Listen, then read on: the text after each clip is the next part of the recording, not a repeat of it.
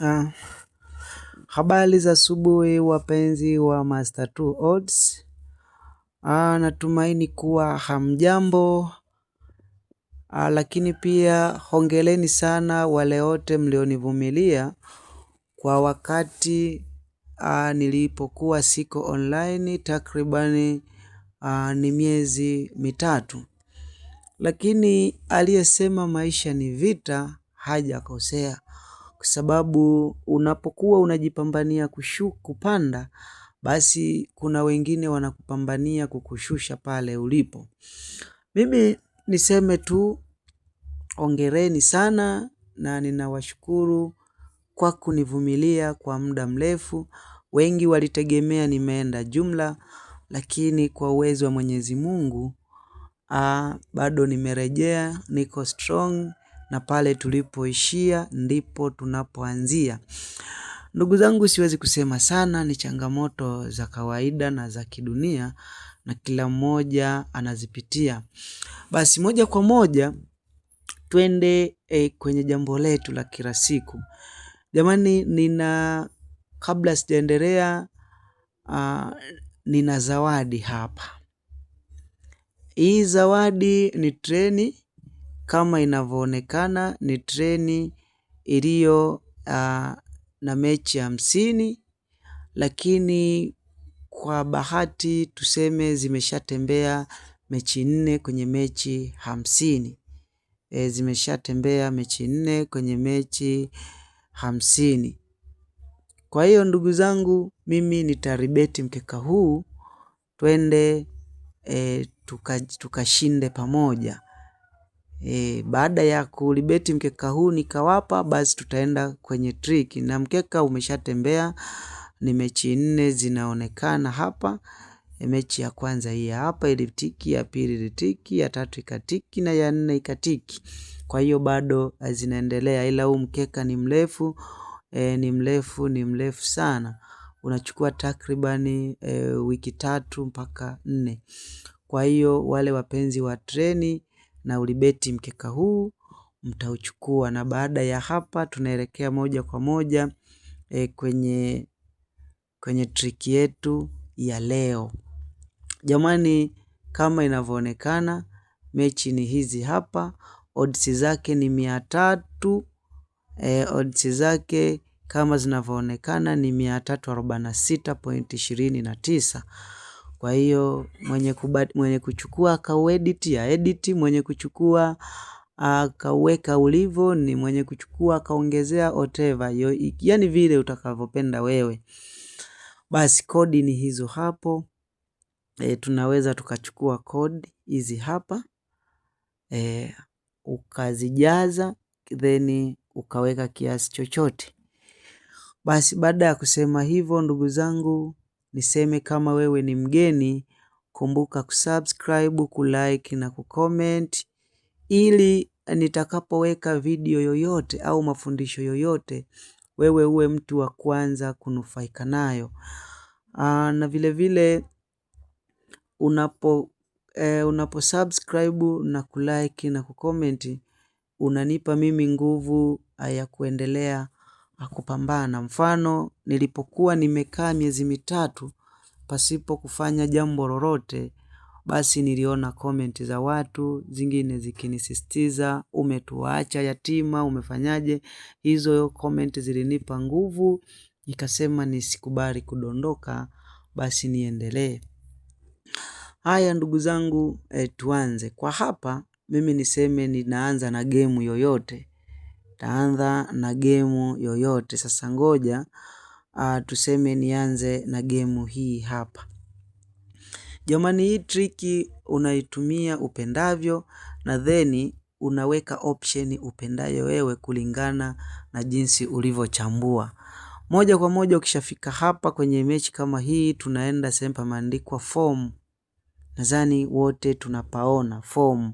Baada ya kubonyeza hapo, ikishafunguka, naomba nitoe maelezo kidogo ya sehemu hii ili watu wote mnielewe.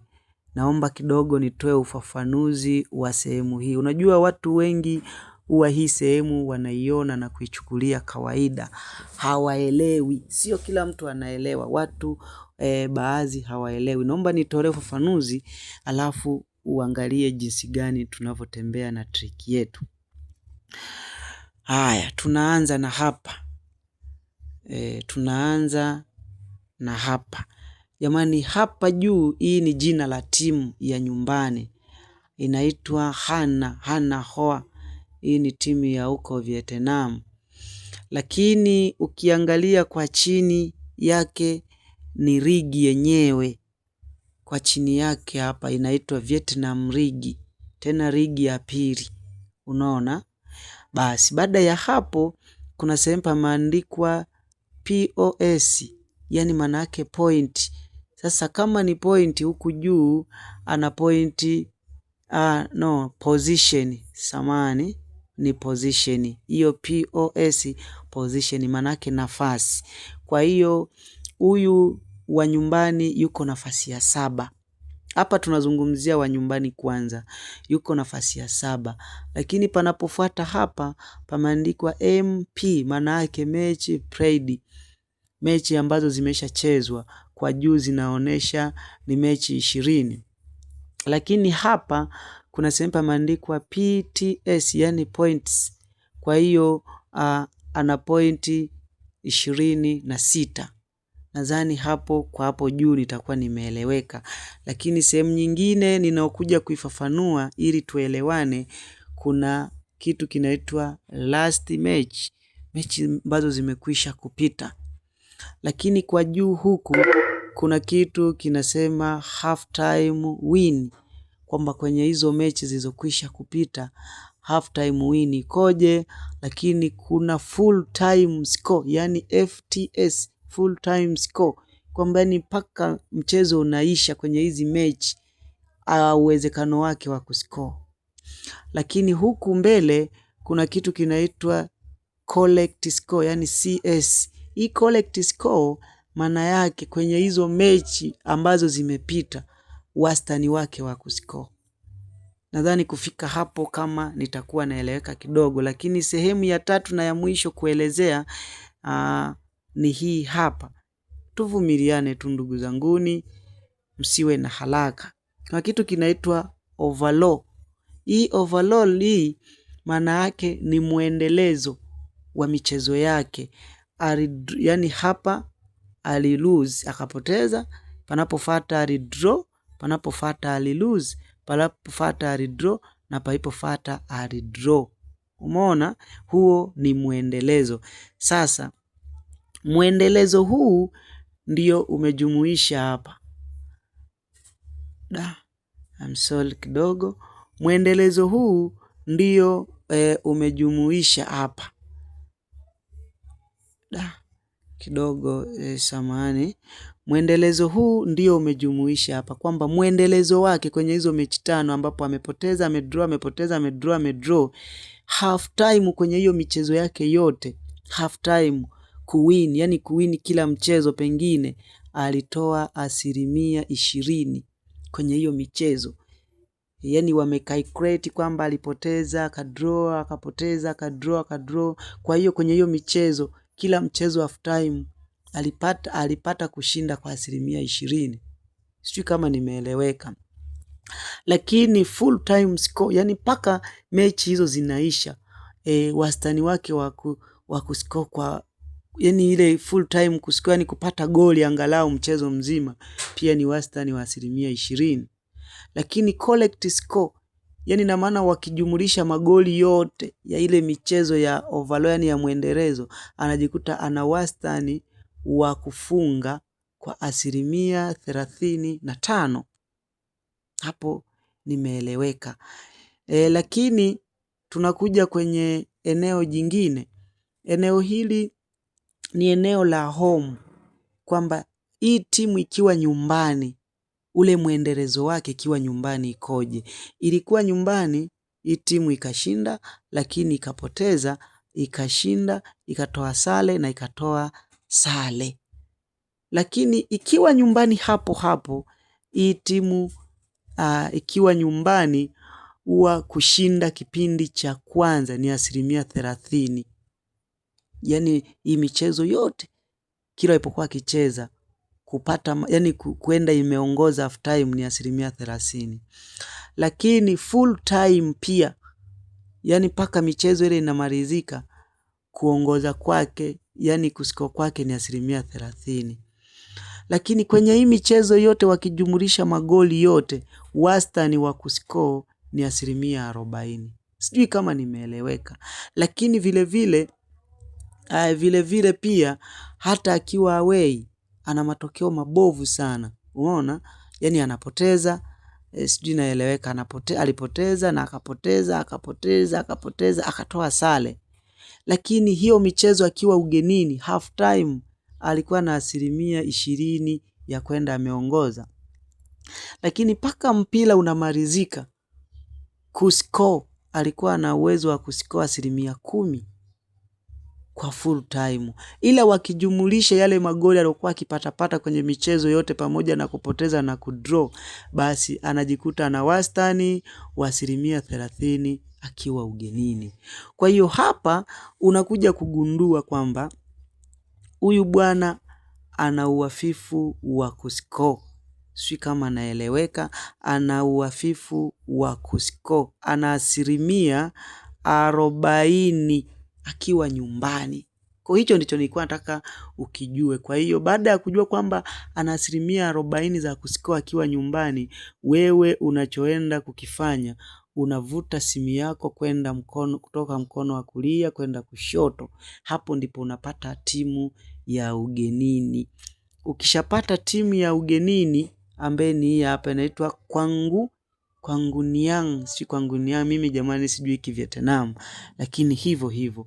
Kwa hiyo unakuja unaangalia kwamba huyu bwana yuko nafasi ya 9, lakini ana michezo 20, ana pointi 22.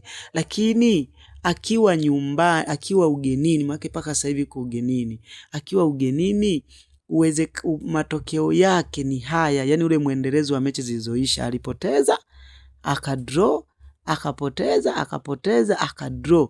Half time, yani half time huwa ana wastani wa 10% wa kwenda ameshinda. Lakini full time ana wastani wa 20%. Kwa hiyo kipindi cha pili kidogo huwa anakaza kidogo, lakini ukijumulisha magoli yote aliyoyapata kwenye mechi hizo 5 akiwa away, unajikuta ana 10% za kuscore. Kwa hiyo wote sio wazuri kwenye kuscore. Kwa hiyo maana yake wana ulinzi mkali. Kwa kugundua hilo, wewe unaenda kuweka anda. Unaona? Nadhani tuko pamoja. Hebu tazama hata wao wenyewe hapa wameishia anda ya 2.5. Hapa wameishia anda ya 2.5. Na ukitaka kuamini hilo, tazama hata hapa kwenye boss team to score. Sio naonekana vizuri. Tazama kwenye sehemu pameandikwa boss team to score. Check no, afu check yes. Manake hii timu ina uwezo wa kutoa 0-0 au 1-0 au 1-1. Kwa hiyo ukiweka anda 2.5 kwa mechi hii, wewe unakuwa uko vizuri zaidi. Kama hujanielewa kwenye hiyo mechi, I'm sorry, naomba nirudie mechi nyingine kwa uharaka ili nieleweke. Nawaambia nimerudi kwa kasi ya ajabu. Kweli kweli. Kwa hiyo wewe unachotakiwa kukiangalia hapa, usiangalie madorido mengi niliyokuelekeza.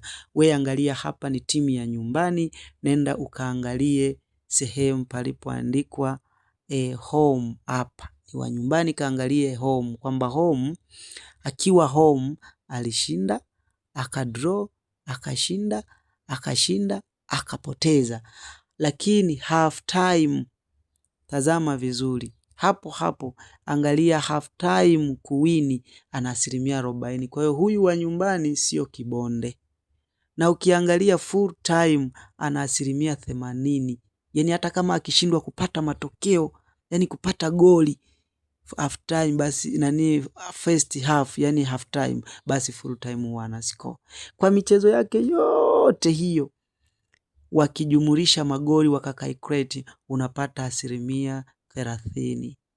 Kwa hiyo ana wastani wa kuwa anapata angalau goli 1-2 na pia na yeye inaonekana anaruhusu, na ndio maana wastani wake umeshuka kidogo. Kwa hiyo baada ya kuangalia hapo, usiangalie vitu vingi. Baada ya kuangalia hapo, unarudi tena huku unaenda kumwangalia wa away. Away unaangalia wapi? Away unatazama hapa. Away unaenda unatazama hapo kwamba mtu wa away alishinda, akadraw, akashinda, akadraw, akashinda, na half time ana wastani wa 40%. Kwa hiyo na yeye sio kibonde. Yaani half time huwaga ana 50% ya kupata matokeo. Lakini hata full time ana 40%. Umeona? Kwa hiyo full time ile magoli yake yote kwenye michezo 5 wakikalkuleti, wakatoa aliyofungwa na aliyefunga, unapata wastani wa magoli, yani kusiko kwake unapata wastani wa 20%. Lakini nafasi yake ni nafasi ya 5. Sio, umeona? Mwenzie yuko nafasi ya 6. Kwa hiyo hii mechi ni ngumu. Hii mechi ni ngumu. Baada ya kugundua hilo kwamba ni mtu wa 6, alafu huyu ni mtu wa 5, ana pointi 29, huyu ana pointi 28, tofauti ya alama 1. Kwa hiyo mtu mwenye wastani mzuri ni mtu wa nyumbani na yuko nyumbani. Kwa hiyo unaweza ukapiga double chance au ukaomba over ya 1.5, lakini hapa hawakuweka. Kwa hii kwangu mimi ninaweka double chance. Kwangu mimi ninaweka double chance. Nadhani mechi iliyoisha hiyo niliyoitolea ufafanuzi, bila shaka nilisema tunaweka option gani. Sio ilikuwa ni mechi ipi, nadhani nataka na kuisahau. Ngoja niione. Ilikuwa ni hii hapa. Kwa mechi hii mimi nilisema kulingana na uchambuzi huu, mechi hii nilisema kulingana na uchambuzi huu ilipaswa kupewa anda. Hii mechi bila shaka nilisema inapaswa kupewa anda. Sasa hapa anda wameishia 2.5, lakini sio haba, pia tunaweza tukajaribu kwa kuweka. Kwa hiyo ndugu zangu, niseme kama wewe ni mgeni, kumbuka kusubscribe, kulike na kucomment. Kuna vitu safi ambavyo naenda kukuletea. Achana na mapito yalokwisha kupita, achana na zile habari kwamba nimepotea online, achana na porojo za watu. Kikubwa fuata kilicho kufanya ukasubscribe, ukalike na ukacomment pia, ili uwe karibu na mimi. Baada ya kusema hivyo, niseme bye bye. Mwenyezi Mungu akipenda, kesho tutakuwepo pamoja kwenye triki nyingine.